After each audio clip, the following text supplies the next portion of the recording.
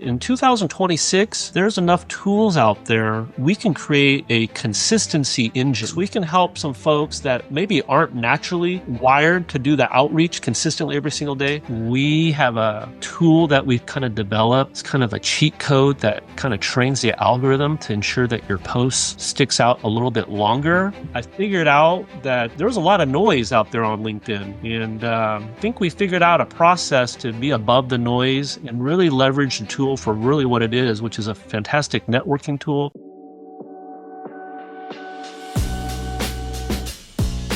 And welcome back to the Business Growth Playbook. My name's Jeff Evans here with Dean Nolly. How are we doing, Dean? Doing great. Awesome. Today we have an amazing guest. His name is Gordon Ho.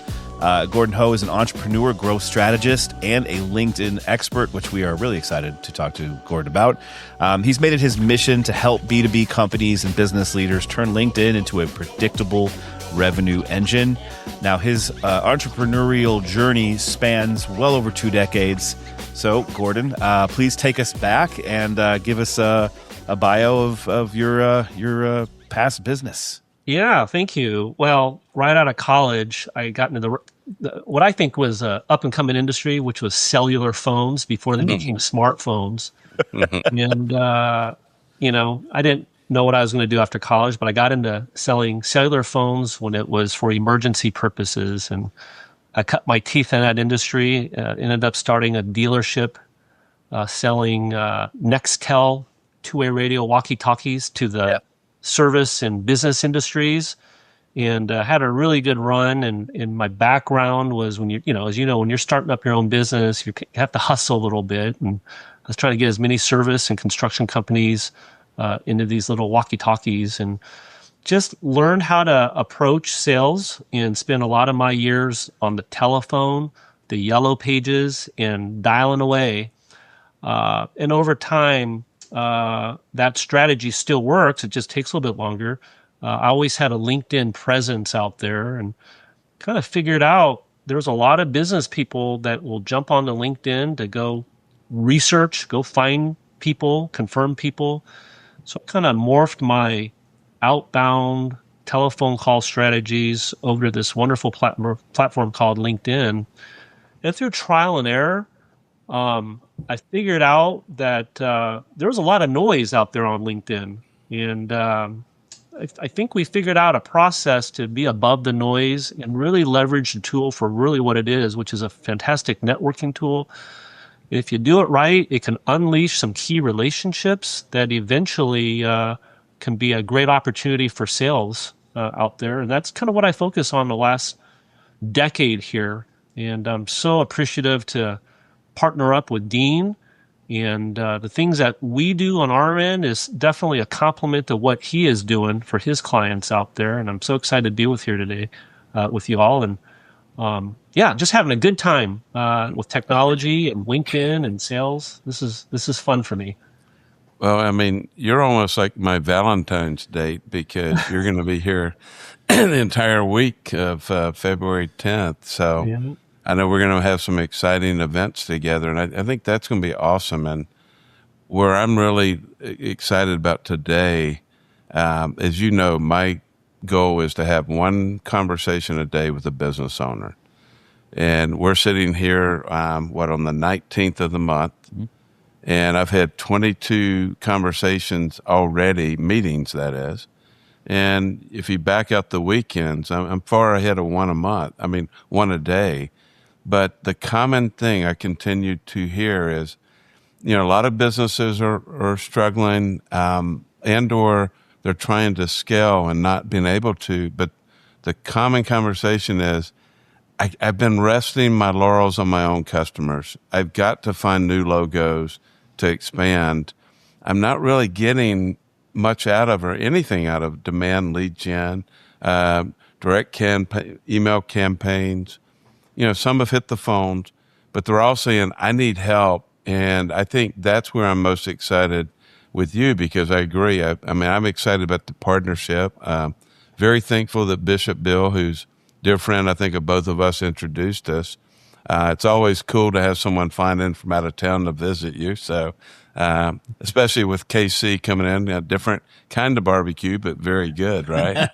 But I'm excited to hear more about that because I can tell you it's going to help me better take care of my clients because most of them cannot do what they need to do for their business if they can't go out and get new customers.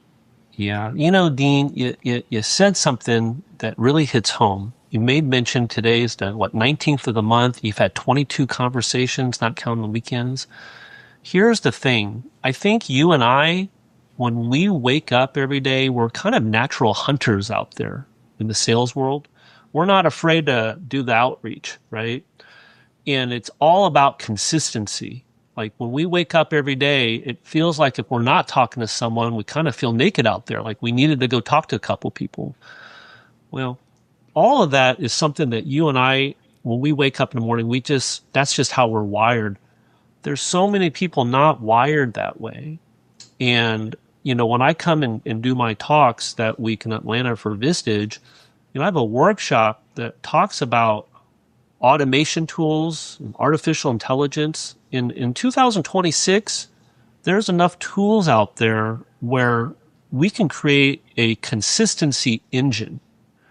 And that's part of like the opportunity that a lot of people don't realize is all those things you talk about. I need more of this. I want more of this. Well, you have to be consistent with the outreach. And like I said, Dean, you and I just naturally do it. Like we don't know how we do it. We just do it. But in 2026, we can help some folks that maybe aren't naturally wired to do the outreach consistently every single day. We can certainly build them an automation process that helps them get the consistent touches that are needed to build a sales pipeline. So I'm really excited to partner with you and conduct a workshop to kind of talk that strategy through with everybody. And I think they're going to get something out of it. Well, I think they will. One, we have you coming in as a world-renowned Vistage speaker. So, and I mean that because as you know, in Atlanta, there's approximately 27 Vistage chairs, I think is the most recent count. And there are a lot of business owners and we all know what good Vistage does for these owners. And as a peer group, the chairs, you have some fantastic leaders. But in general, this is a very focused community, also in the faith base with C12, Convene. You have 6 alternative board leaders, meaning TAB, and then some others like Chris Hanks with the Institute for Entrepreneurial, what Georgia Tech does with the GMAP program, the Manufacturing Extension Partnership. I actually have a customer that sits on one of their CEO peer groups. So, and then obviously Sarah Davis, who I think Jeff at Kennesaw State with the family business. I mean, I think there's a lot of synergy, and the common thread is these are business owners that are trying to leverage others to learn and get better. There's a lot of business owners that aren't in those groups or are that I think they will welcome the workshops. And I'd like to hear a little more about what you're doing in Vistage, because one thing you're doing that I don't want to do, I mean, I know you're on the road a lot. I see a lot of posts from the West Coast to the East Coast, almost shore to shore. Yeah. Yeah, no, it's been a ton of fun to travel across the country. And, my road show kicks off January 8th in Boston, then a couple weeks later in Denver. And a couple weeks after that, I'll be visiting you all in Atlanta. And just after that, I try to average maybe a couple of Vistage speaking engagements a month. So I'm already filled up for all of 2026. So I have a ton of fun doing it. And these workshops, just over time, been able to customize it for each particular group. What I typically do is I'll reach out to that Vistage chair and we'll have a conversation about their members, and I go study each member's LinkedIn profile and get an idea of who they are. And that's what a typical business person does. They go to LinkedIn to go check someone out before they, do an action. Well, by the time I show up to this workshop, I'll have a pretty good idea of where they're at with their LinkedIn journey, just based off my experience. And we'll put together a very interactive workshop where we're going to study each person's LinkedIn strategy, their individual profile, along with their company profile. And then from there, we kind of break it down to get an understanding of what their target audience, their personas that they're pursuing. What do those folks think of these individual LinkedIn profiles and company pages? And then what we're going to discover, usually there's a gap. I kind of give them the aha moment of, holy cow, I didn't realize how many people are on LinkedIn that could be checking me out. What's the first impression they're getting from our LinkedIn presence? That gets the conversation going. And then from there, we start breaking down, well, what opportunities could we do inside of LinkedIn that make us stand above and beyond our competitors and start leveraging the tool to be a resource for new leads or unlocking key relationships. Because a lot of times what I find is these folks that I talk to in these workshops, they have a LinkedIn presence. They just don't put too much time into it.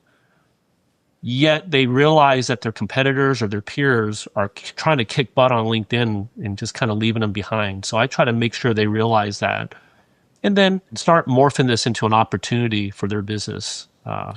So do you start with like profile optimization and then work your way through, the DMing strategy and the type of content to post and the whole shebang?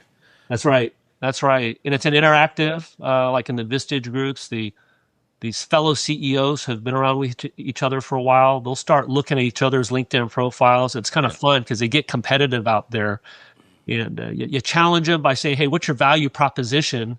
They'll say it out loud. And then these other CEOs look at their LinkedIn profile and say, well, I don't see it anywhere there. And we start breaking it up. And it becomes a fun, interactive conversation. And before you know it, my workshop's almost at the end and time just flew by. And the good news is they understand the strategy, and then I leave them a template that they can take and run the same workshop back with their employees. So everyone gets something out of it. And I'm going to put together probably a shorter version of that for the workshop that Dean and I will put together. I can see us talking some high-level stuff that ties in with Dean's services and consultation, and it'll be one cohesive strategy around sales and sales development we'll put together. So I noticed through your profile that you speak a lot about SSI, LinkedIn's social selling index. Can you kind of explain that to the person that doesn't understand? Yeah. Well, I discovered this, a couple years ago. I didn't realize that LinkedIn has a tool on the back end that kind of assesses your LinkedIn profile. And the social selling index, SSI, is composed of 4 criterias. These 4 criterias add up to 100. So each criteria is 25 points, add up to 100. When you add up all 4 criterias, the higher your score is, statistically speaking, you have a better conversion rate. Okay. The 4 different criteria are going to be your personal brand, which is your LinkedIn profile, your network, which is the people you're connecting with, your engagement, meaning are you posting relevant content or commenting on other folks' content, and then your ability to communicate in the messaging. When you add all 4 of those up, the higher your score is, again, you have a better chance of converting opportunities. When I do these workshops, I lead with that. The aha moment comes when most people realize, holy cow, my score is quite low. How do I improve this? That's the aha moment when they ask, how do I improve this? Now we start talking about how to strategically improve that score. So each one of my workshops starts out with that conversation. And that's how it becomes very interactive. I know Dean and I, we're kind of competitive. We look at our scores because it changes every day. It's like, hey, what's your score today? What is your score, Dean? I'm not very happy with it. I think I've fallen from 1 and about the other would have been 7. I think I'm right now sitting around 3 and 19. Yeah. Just if I had to guess. Yeah. I looked at it this morning and I'm like, okay, and ironically, the one area that I struggle with when I started doing some of the video and really, I do the normal posts each day that you would make an argument they're generic. I take whatever verbiage, I have different graphics, but there's one of those a day. But then the ones that are meaningful are like the trust integrity meetings this week. Yeah. The podcast we did with David Noor, who's a partner around relationship economics. And you look at, some of those posts and a consistent branding. My branding one is almost up to 25. Yeah. And I probably averaged 18 before. So I'm watching in categories where I've shifted some of the things I'm doing improve. I've also seen some where I excelled before go backwards. And those get you a little frustrated. The competitive part that Gordon referenced is right on the mark because it definitely is an impact. I am curious on this one. It appears that to maximize a few of them, because I do not have LinkedIn Navigator, because I use KnowledgeNet. Mm-hmm. That is a different tool for the purpose you'd use Navigator. So I have a basic business version, and it appears I get dinged for not potentially having Navigator on where it says find the right contacts or relationships. Now, potentially, you could have an argument that the whole social selling index score and the accumulation of data is to help promote LinkedIn sell their Sales Navigator subscription. That would make sense. I don't use it for that purpose. I use it as a snapshot of where do you stand now, and if we work together, how do I get you maximum exposure with your LinkedIn? What's not spoken about a lot of times is sometimes you're kind of leveraging the algorithms out there a little bit to your favor. And I try to point out little tips to improve like your network. So for example, in your network, I recommend folks to be very selective on who they allow into the network versus accepting everybody. And just that little slight strategy there might help your algorithms out a little bit better. So for instance, if you have a bunch of random people that don't need to be in there, you're not helping one of your social posts out, right? Because there could be folks that don't care about your social post, ends up in their feed, doesn't have any engagement, and LinkedIn's algorithms determining, hey, we're not getting much engagement here. Let's let this post fizzle out. Had we just removed some of those people or not accept them in our network, we're hoping that that post actually reaches the feeds of my first degree contacts who I really want to see it, Fascinating. Hence, improving your engagement score a little bit. The whole thing about it is making sure your content is being seen by the correct eyeballs. Wow. So that's where I kind of point out it takes a lot of work. Dean will tell you, it takes a lot of work to keep improving it, but at least I'm educating and giving a path to try to, improve it.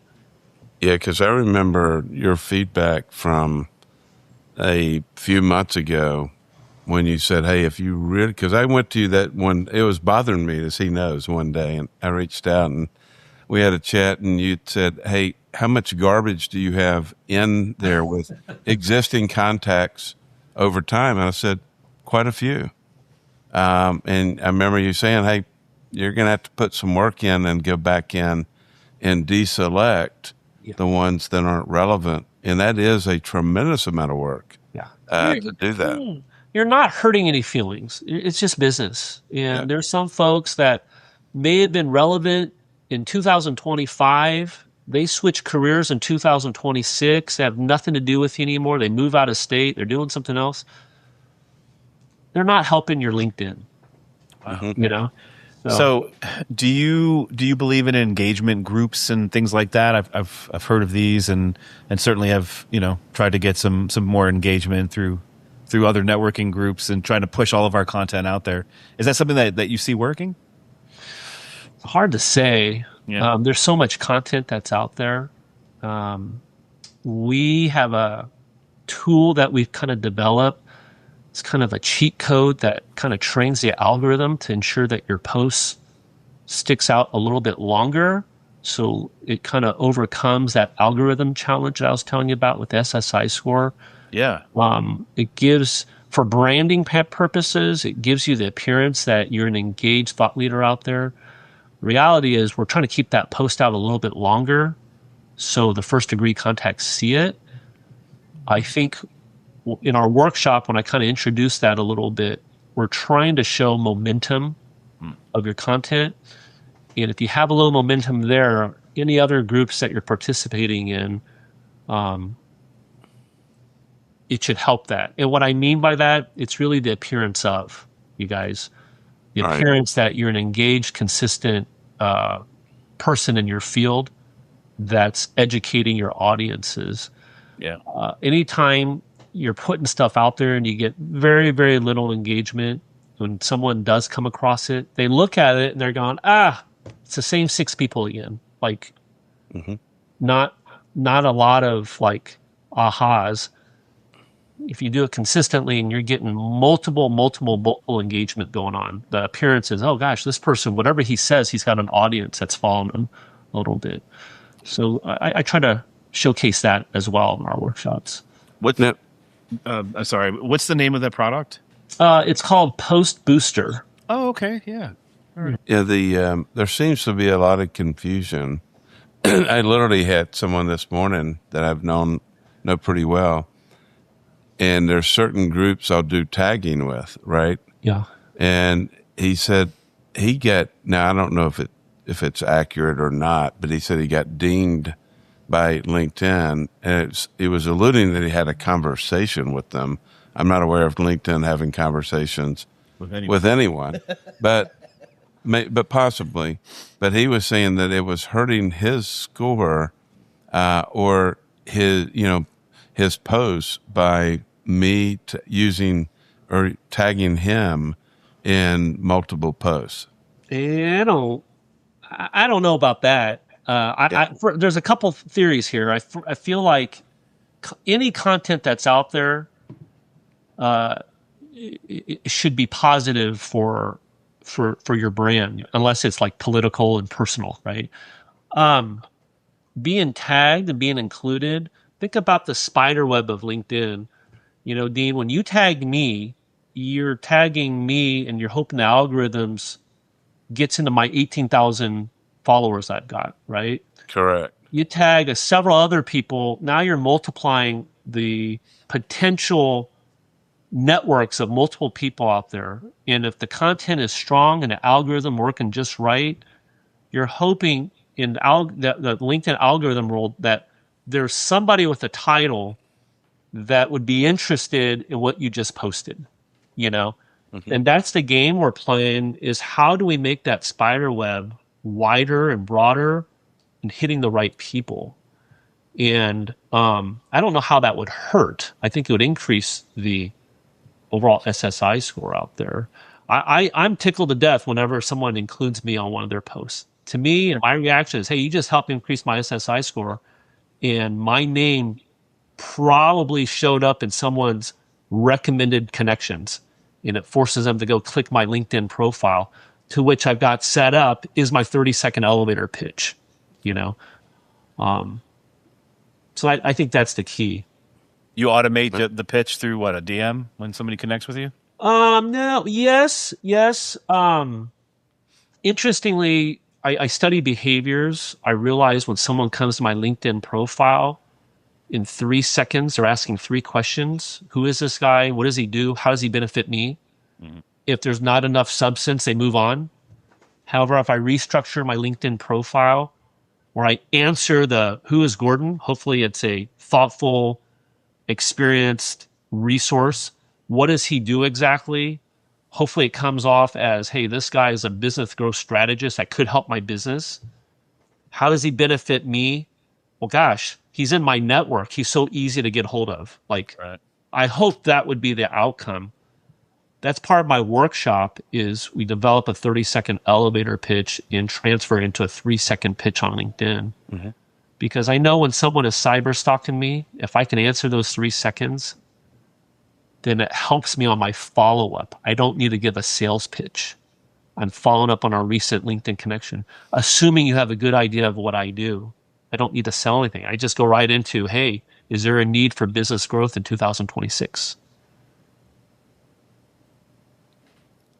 Okay, there definitely is. Well, that's for everybody. Well, and I think that's a great tagline in itself, because almost every conversation I'm having, and it's interesting because I think I've told you this before, Gordon. The people finding me are people who are in pain. They have issues, or they've spoke to a trusted advisor who said, "Hey, you ought to talk to Dean. We know he's going to have a conversation. He'll listen to you. He's not going to sell you hard." The ones I'm trying to find are people who just bought a company who want to grow. People who, they might be winging it, but it's working. They're making money. And now they want to scale. The challenge is those folks, they're not looking for me, right? Yeah. And, so that's the part where I think anyone that can identify the target type they're after, because if I can find new owners buying a company, doesn't mean they're all excited about go-to-market strategy yet or growth. They have maybe other initial issues. But I know from my existing clients that are like that, they're just wonderful to work with, because everything is about go forward and how do we grow, and they're open-minded. There's no skeletons in the closet, because if anything, they're throwing the prior owner under the bus. I mean, It works out. But then a lot of the companies growing, it gets a little interesting because they're a lot of times founder sales led. So she or he, reminds me of when I had my own company. I mean, my dad used to call me and my partner. He said, "Yeah, they're a little bit of assholes," and I'm like, "What?" You can't call your son that. Yeah, I mean, but he did. But he said, "What I'm meaning is you guys don't listen to anyone." And we were growing leaps and bounds. And eventually we outgrew our structure. We lost some good employees. We weren't taking care of clients. So we learned the hard way. We had to slow down and be methodical. Well, if my dad were living today, his version would be, "Oh, paybacks are hell, son, because now you're calling on you." Yeah. Because I'm going down calling on sales led. You got to recognize that their blood, sweat, and tears, their heart and soul is in that business. That's their baby. And if you go in and you start messing with that baby and not figuring out how to leverage what's most important for what they've built, that's their life, and that you're really helping them take some of the responsibilities off with a sales leader, salespeople, so they can have a better work-life balance. Yeah. Or like we were talking earlier with Drew Williams at Sales Playbook Builder, and we were talking about the other part is, if someone is looking to start a strategic exit plan, that owner must transition themselves and have people in place. If not, that company may never sell, but if it does, it's going to be devalued from what they should have gotten from it. But regardless, I think everyone is all about in 26, how do I transform my business? What do I need to do different? It's been so encouraging, because right now I'm probably 8 to 10x what I was with customers, what I was with commitments, what I am with playbooks and training, every part of the business. It's incredible, the conversations, but it is a common thread. I must get new customers. Yeah. So I think anything you're doing that, especially on LinkedIn, to where everything you're doing can help any of us touch a business owner on LinkedIn in a credible, professional manner, that is huge right now. I've had an analogy that I've been using for about 8 years, all the way up to about last week, right? My analogy is I would talk about Patrick Mahomes, the Kansas City Chiefs quarterback. Said he's a once in a lifetime generational talent, right? And I would say Did you realize that Patrick Mahomes has a quarterbacks coach? They have an offensive coordinator. He's so good, but he still has an offensive coordinator and a quarterbacks coach. Well, my analogy kind of worked till last week when we got eliminated from the playoffs and Mahomes injured his knee, right? Yeah. But that's what Dean and I are. Dean's the offensive coordinator calling some great plays, and I'm the quarterbacks coach working with some folks as far as being offensive. That was my analogy, right? In executing some great plays that's being consistent, that work, right? So I can't use that analogy with the Chiefs, at least this season. I have to wait another year. But it parlays over to things that Dean and I are trying to do with our audiences out there. We're going to run across some great businesses that are just stuck and they don't know what to do. And if you look at it, they may not have a great playbook in place. That's what Dean can offer. They may not have a good strategy working with their business development folks. That's what I have with my LinkedIn. We can make them better by leveraging some good strategy and execution and consistency out there. So anyway, you can help me with another analogy on the Patrick Mahomes. I'd appreciate it. Well, I could. I mean, you at least have an analogy of that. We can't say the same about the Atlanta Falcons. That's right. Oh, stop. We don't talk about those people. We love them, but it's so painful to be a fan. It's fluid. Gordon, I'm originally from Buffalo, New York, so unfortunately, I'm a Bills fan, and you guys have had our number way too long. So we're glad that you're out. Well, in our dark week, knowing that we were out, the chatter around here was, well, maybe this is your Buffalo can finally get past the Chiefs, right? Maybe. It's not been a good season either, honestly.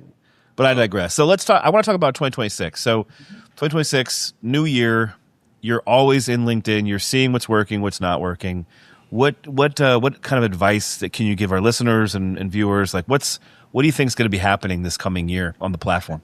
Yeah, some understanding. Number one is LinkedIn's not the place where you think all of a sudden, because you have some activity out there, you're going to get new sales right out of the gate. It just doesn't work that way. Right. What I try to remind folks is LinkedIn is a place where you establish relationships. If you come off too salesy, you're turning people off. And just that basic comment right out of the gate is kind of an aha moment. You gotta establish a rapport with someone. So what I tell folks is business people, they're just busy. When you approach them on LinkedIn, don't sell them. Give them permission to buy when they're ready. But stay in front of them in multiple ways where you're a resource for them. Have them check out your posts. Hopefully there's maybe a circle of influence where if there's an event coming up, like Dean and I will probably invite most of the people we have in our network in the Atlanta area to come check out this workshop we're conducting. We might even need someone to video it. Ooh, yeah, well, there you go. And then we'll promote him, and he'll walk away with all the prospects, and we won't. That's not true, Dean. But the point is, in 2026, if you can remember that don't use LinkedIn to go sell somebody. Use LinkedIn to build a relationship. Yeah, and that's going to take time to nurture. 18 months, 24 months, 5 years, but you got them established in your nurturing sequence there. Other things about LinkedIn 2026. Your first impression makes a difference. In the workshop that Dean and I will do, at the minimum, go update your LinkedIn profile. So when people are cyber stalking you, immediately they'll get a good first impression. I can't tell you how many people I come across that have an outdated 2005 profile photo. It doesn't look like them. It doesn't feel real. They just haven't taken the time to update it. So, many more things, but just first thing right out of the gate coming in 2026, control the things you can control. Okay. Well, you bring up a good question because, as you know, I'm trying to get in good shape. And I actually put a more casual picture of me in like a knit shirt. I was actually doing a Radio X show with John Ray, actually, is who it was. And he took a great photo. And you know how they say if the camera's up a little higher, Yeah. I mean, I was definitely tremendously thinner, about 40 pounds, but it, I think, made me look more. Yeah. But, that was after my wife said I was a slug and kind of fat. So, but I had a business like something that would almost look like someone in corporate, which, that's not me, but you'd have a suit on, and I don't think I had the tie, but the headshot, I mean, it looked like what a photographer would have done, a professional photographer, but I replaced it. And I'm just curious, does that matter?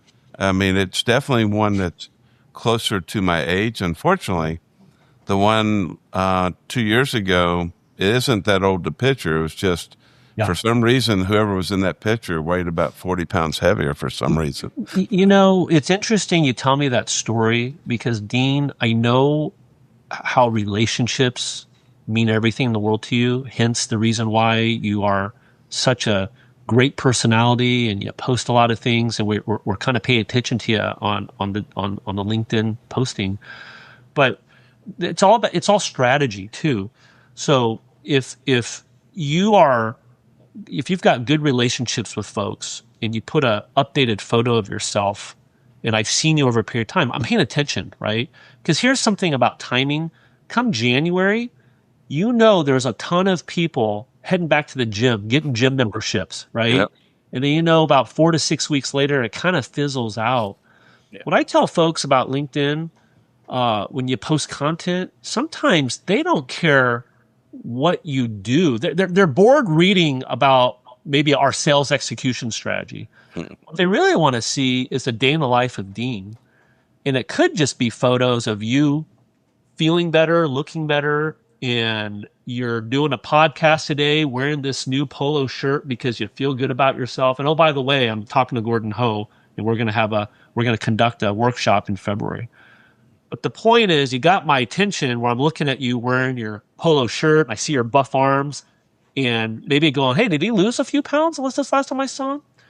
But maybe in the month of January, you have several more posts of you walking, being at the gym. You're still doing Dean, but you lead with your physical appearance because it makes you feel good. It's an idea, it's a strategy, but that's going to get a lot of looks from people just for 3 seconds checking you out. Going, "Oh, hey, it's great to hear, Dean. You're motivating me. You're inspiring me. Oh, by the way, I know what you do already. You have a workshop coming up?" Yeah. Well, I'll tell you, on the SX Sales Acceleration site, we have a Bullseye website, and I took the time to update that site to make sure it's maximized. Steve Youngblood, Jeff has done an incredible job with content. My new website's just, I guess technically it's live, but not everything is from the test site onto the main site yet. No, we're tweaking, but it's a totally transformed site in a good way. I honestly think the one part that I've loved the most is the pictures of me in front of groups, in front of workshops. And as you know, I probably did, 25 in 25. Some of those are the best photos by far. And it's just me, and I didn't even know the shots were being taken, quite honestly. They were just, like you said, it was just me. Yeah. And, those, I actually, on the Bullseye site, I actually have me as the profile picture doing that. Yeah. It's not as good a picture as you really need to put on LinkedIn because of the grain of the photo. You just lose the pixels, and it doesn't look right. Yeah. But I really had wished I'd had someone like Jeff or someone take a real photo instead of maybe an iPhone camera, an old iPhone camera. But it is interesting. But I think the other part, going to your point on the LinkedIn site, I mean, I'd love you to look at mine sometime because I continue to try to enhance it. Yeah. But every time you do, I second guess myself going, okay, let's get this crap off. And you'll see a lot of, when you go down to the company, Sales Growth Imagination, every picture you'll see me in front of a workshop now. Oh, yeah. When you go to my Trusthegrity group, which is, you'll matter of fact, two of the members will be at their extremely beautiful offices at Marshall Jones CPA, and then Level 4 Financial in Alpharetta, and then down in Dunwoody. We're talking Taj Mahal sites. Oh, it's going to be great. I think, you know Kristen and Parker as well. I think you're working with them. But I think the thing that you're going to see on the Trustegrity sites, I'll do a post. We have 2 spotlight speakers at each event now, mainly because we're a very large group, and we realized no one wanted to wait 2 years to do their spotlight. It didn't work well. But if you go there, what we've started doing, and it started not as a requirement, but just one, 2 or people did it. There's photos of the person personally, to your point. It's family. It's what's important. So our posts, when they go out now, and these things go viral, I mean, on average, I'd say it's 1,000 impressions plus. Yeah. But it's hitting the personal part and the business, but it's more on the personal. And we've all had fun as a group. And now I don't even tell people what to put in their slides or suggest. They do it because they've watched everyone else. And today I watched the last 2 spotlights. Dimitri was one of them. And then Natalie Corona, which is just the Energizer Bunny. I mean that very positive. She's on our HR side from Puzzle HR. On one of them, they've had 7 reposts from the group. Yeah. And the other one is 6. And it's without me telling people to do it. It's people doing it because they're getting more active, and they know people helped them when they did it. So now you have people helping the other folks in the group, which that's, to me, pretty cool. So I'm hoping, I don't know the impact of the reposts, but I think it's real cool to see them doing it. Well, I can't wait to share with you guys a little bit more about Post Booster, because it's a tool that we built. It's a tool that plays with the algorithms to enhance the engagement. But the second part of our tool is we can program it to go into any LinkedIn account and automatically on their account give a particular post a like or even a share. Right now it's, hey, someone posted. If we see it, it'd be great to go manually make a comment on it. Maybe you can tag a little bit.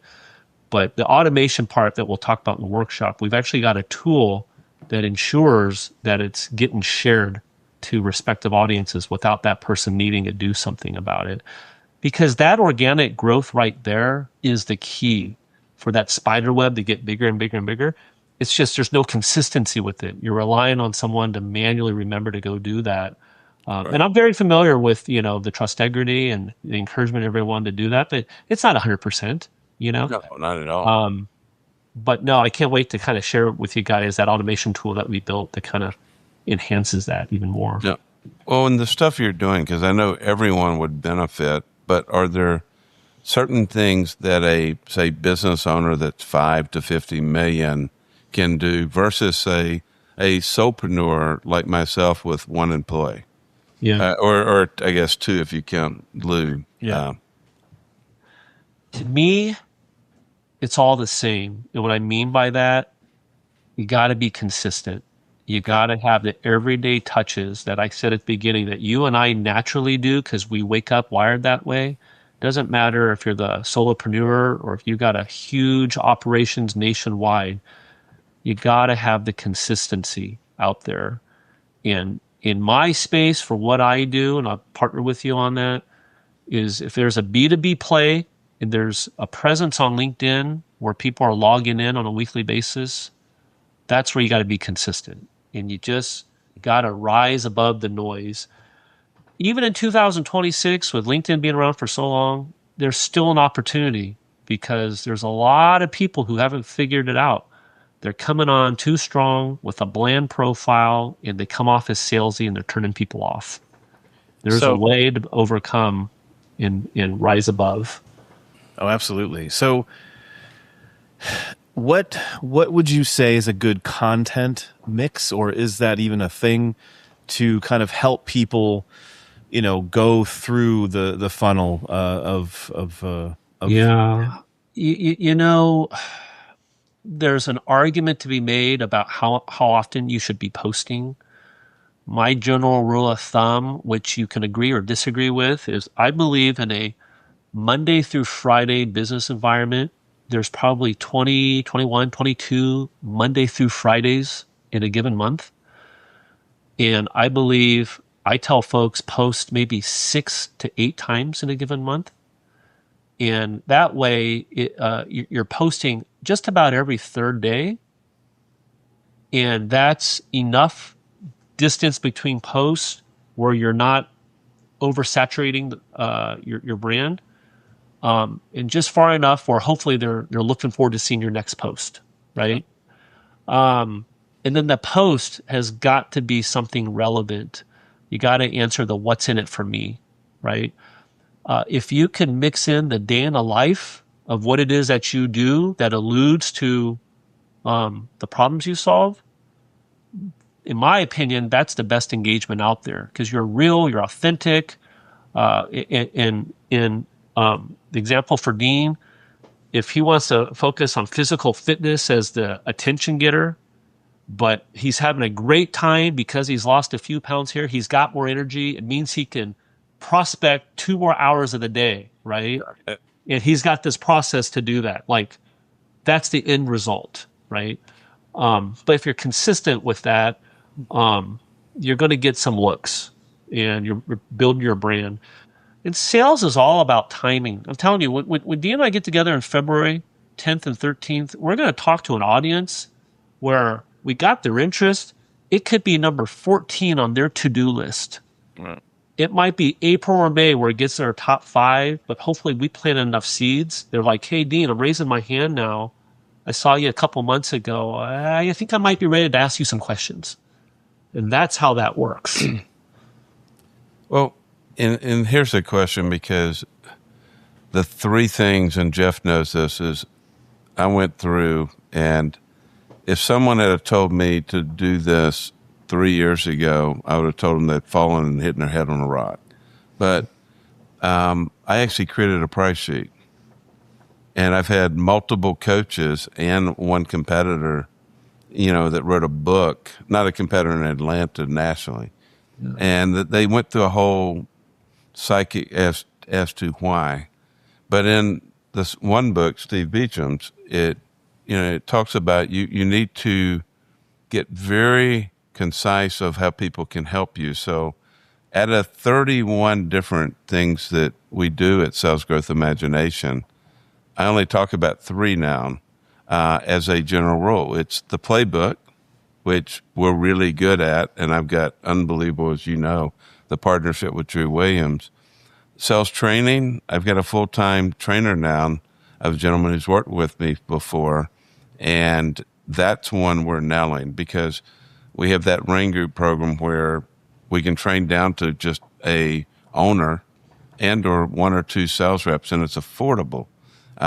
It's individual based that you can wrap coaching around.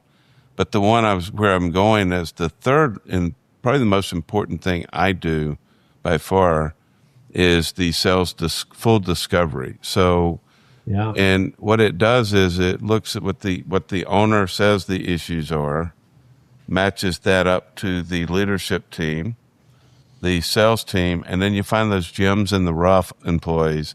Maybe they're an on-site implementer, a project manager, they're a service tech, they're a shipping manager, they're tech or customer support. So people that are touching the clients, that the client actually really trusts, they're going to trust them a lot more than sales or leadership. And those people may have never been heard. Maybe they voiced concerns and it was ignored, but maybe they never voiced them. They were uncomfortable. But you put that together, you identify gap analysis, and that leads to my one-on-ones with the people. And then once those are summarized, that helps build, here are the top issues. You sit down with the leadership team, the owner, and you prioritize what you do next. And that really becomes a statement of work. And what I've learned with that is if you tie that to a full engagement, you understand the engagements with SX and what I do. I mean, it gets rather expensive for people to look at. So I've broken the sales engagement out. John Lee, who's a very tenured SX, one of the top advisors in the country out in Portland, he coached me on that. So now I look at it as, hey, I'm going to do this engagement. It's for a fee, but you're going to own the intellectual property.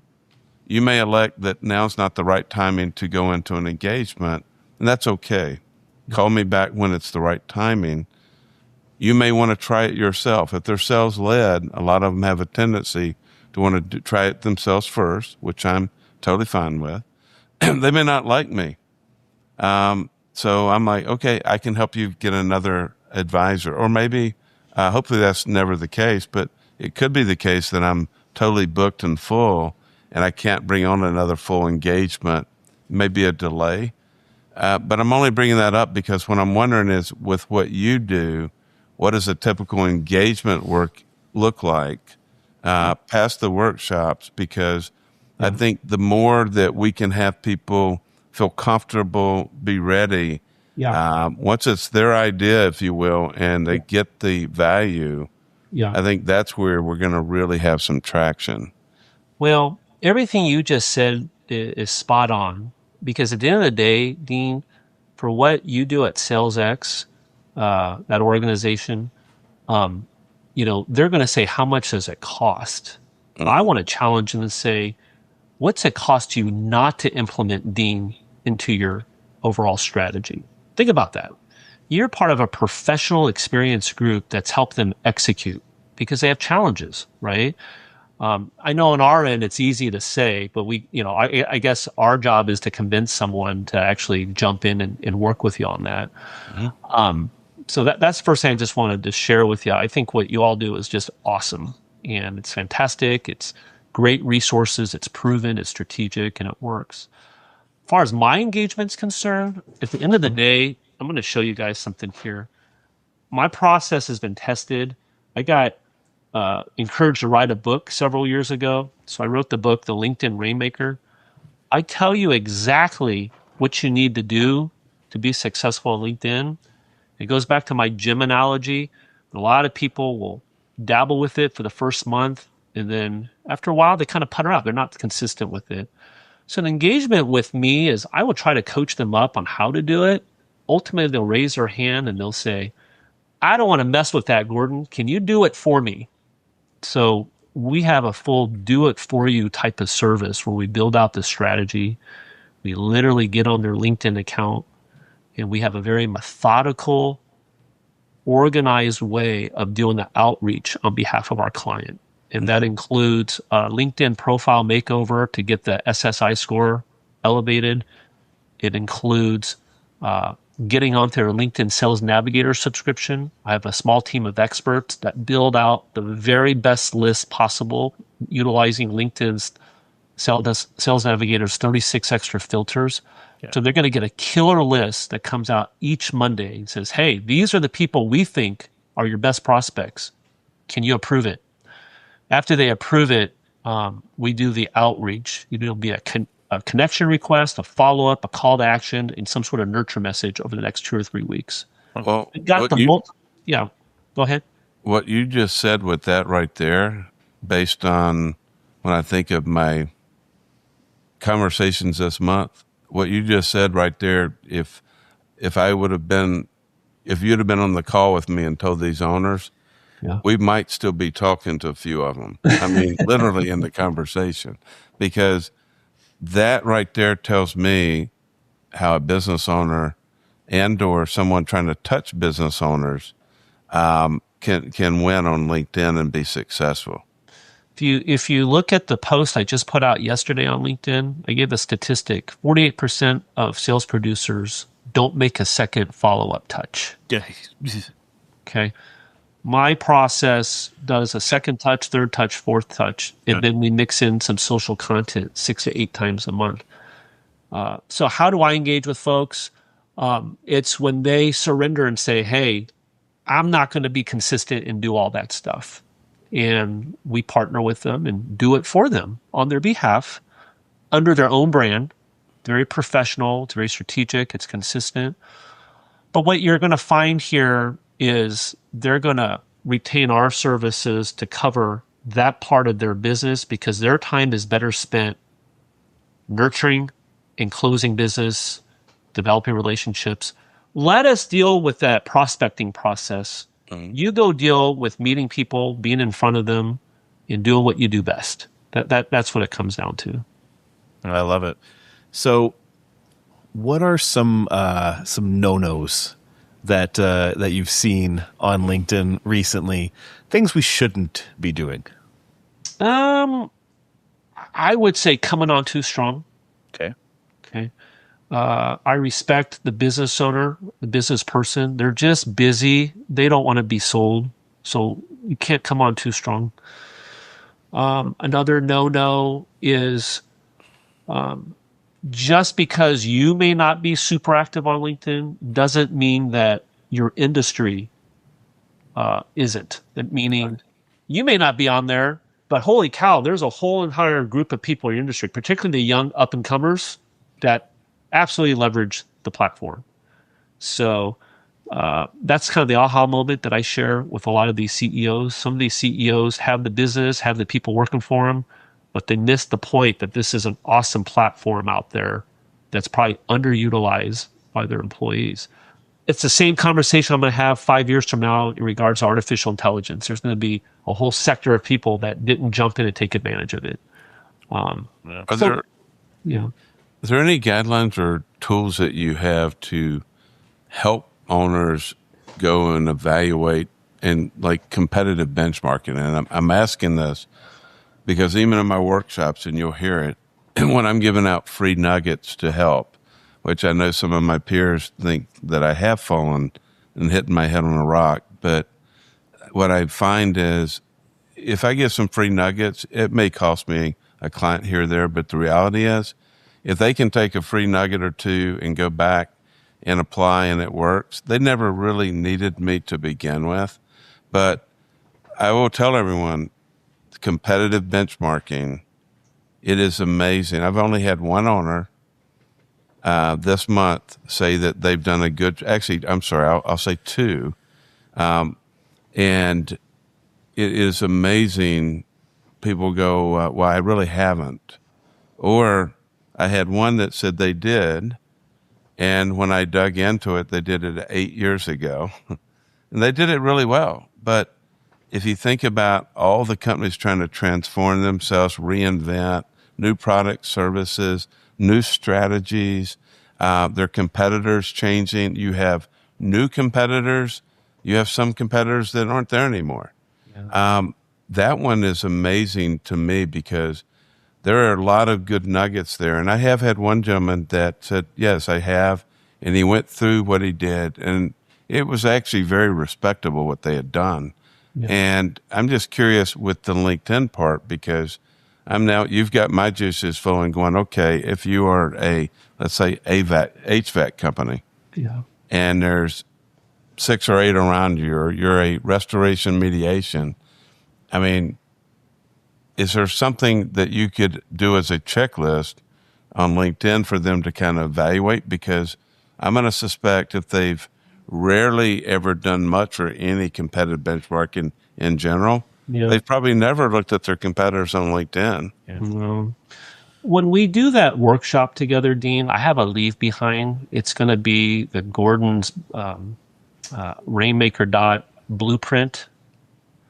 And this mini workshop that we'll be doing, they'll be able to take that back to their employees and start filling out my template with some of the strategies that we're talking about. Mm-hmm. But I think to answer your original questions here, everything that we're talking about is really a concept. And when it comes right down to it, there's a lot of automation tools that are out there. When someone says, which one's the best to use, I don't have a good answer for them. But what I will say is we are pretty experienced trying several different tools that are out there. If you are someone that's interested in technology and automation tools, it doesn't matter which ones you use as long as they work for you. So underneath the Rainmaker Dots platform for our Do For You service, it's several different automation tools that we've gobbled up to make our solution, right? that's the beauty of what you and I are going to be partnering up on, is talking about, hey guys, the end result is to build your sales pipeline. If you build your sales pipeline, your chances of a sale gets better, because sales is a numbers game. How do we get to a better sales pipeline? It talks about your sales process. It just so happens that we're partnering with Gordon here that has an automated solution leveraging LinkedIn that's going to build your pipeline. Sometimes I hear about folks, hey, we got the salesperson, they're just not trained in sales or experienced in sales. And I nod my head and say, you know what? They don't have to be great at sales. They just need a process to get engagement going. And that's where we come in. Then you have folks that are super great salespeople. They just don't have time to prospect. Our tool comes in. Now we're feeding them leads so they can go close more deals. That's the name of the game, is coming up with a process that's automated and strategic. It's sales and numbers game, Dean.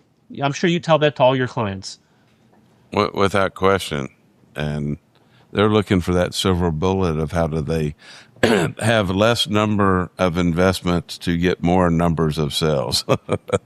but you've made me think on something different, and I'm thinking of what we've done with Rain Group, because I'm certified on Rain Group. I'm a certified sales leader from a training perspective. Probably more important, because he's a better trainer than I am, is Lou Melanson, who is on the team. And he's worked for me as a leader as well as an individual contributor in the past. He's also certified. So we're doing a tremendous amount of training. It'll probably be by far the largest part of activity we do in 2026. There's 8 different modules within Rain Group out of like 91 different total modules. And modules are a 14-week training curriculum, because they're assuming there's 2 weeks in a quarter you're not training. But I'm just wondering if there's something we can integrate into the training side, because I need to check with Lou, but I do not recall any of the prospecting modules even talking to LinkedIn. It's more around how you're maximizing what you're doing on email, phone call, there's basics. Follow up. It's basic. I actually have a training module that I used to sell it as a package, and haven't really promoted it. So right out of the gate, I've got a training program that we could try to integrate.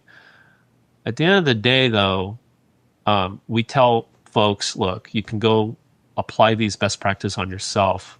The automation tools is what people need.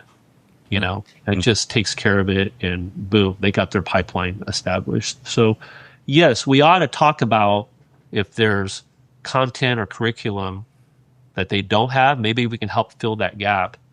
But at the end of the day, it's volume, it's touches. Yeah. Well, maybe one of the first couple weeks in January, why don't you, me, and Lou, and if you want to join to learn, you can as well. But we'll get Lou to walk us through the prospecting modules, and I'll make sure he's doing it in context of what we're talking to here. And I'll get his juices flowing, because I can tell you what I see for building pipelines. It's leveraging every tool that you have, whether it is lead demand gen, whether it is phone calls, email campaigns. On some of the business, I've had a couple clients where knocking on doors in the industrial parks was a critical part of their business, like propane gas distribution. You know that account pretty well. Yeah. And we helped build out something well, but that was a critical part. So I think leveraging LinkedIn into that mix is really important. And, some folks are going to do it more than others. It may be more relative than others, but so is cold calling versus lead gen or on the phone. So that's something I'd really like to look at, because I can tell you, we're going to be training a lot of modules, and we customize it to each business, because what you might need in, say, commercial cleaning where we're doing training today, versus manufacturing, where they're leveraging indirect channel management and direct sales. It's quite different what we're going to need to do to help train them to be most effective.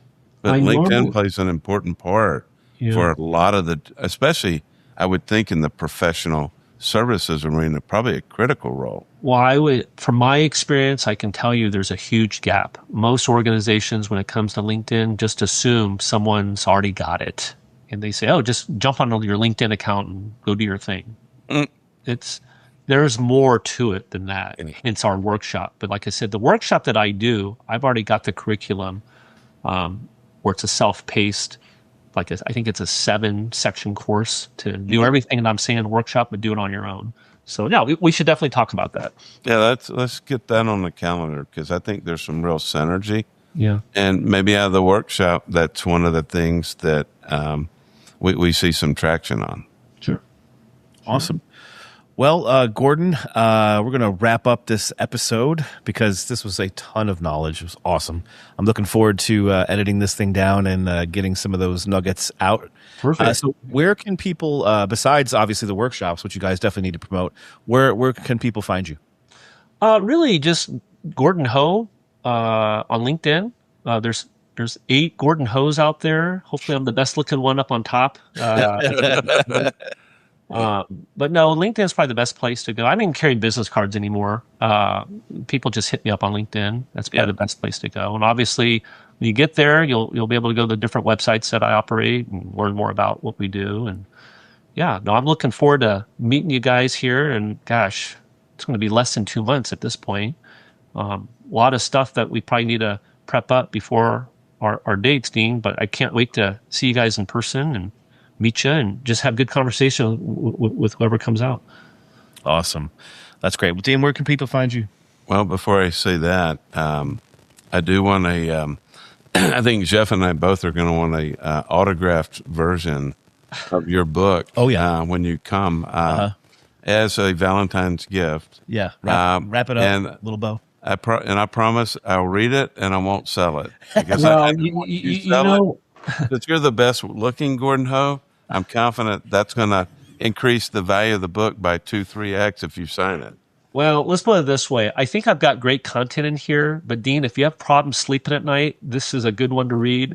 And if you really, really struggle sleeping at night, I have a second book about AI, and that'll definitely put you to sleep. A lot of great stuff. That's awesome. Bring them. A little boring to read, but let's start with the first. Okay. But that would be great. In terms of reaching me, it's dean@salesgrowthimagination.com. And or website, we'll make it easy, salesgrowthimagination.com.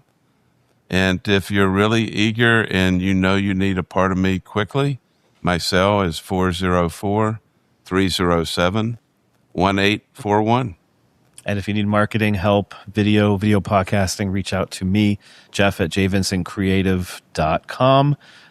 So for Dean and Jeff, Gordon, thank you so much for being on the show, and we'll see you in February. Sounds great. Thank you, everybody. Have a Absolutely. great day. Hey, Merry Christmas, Happy New Year, and look forward to planning out a great week together. Awesome. Thank you. See ya. All right.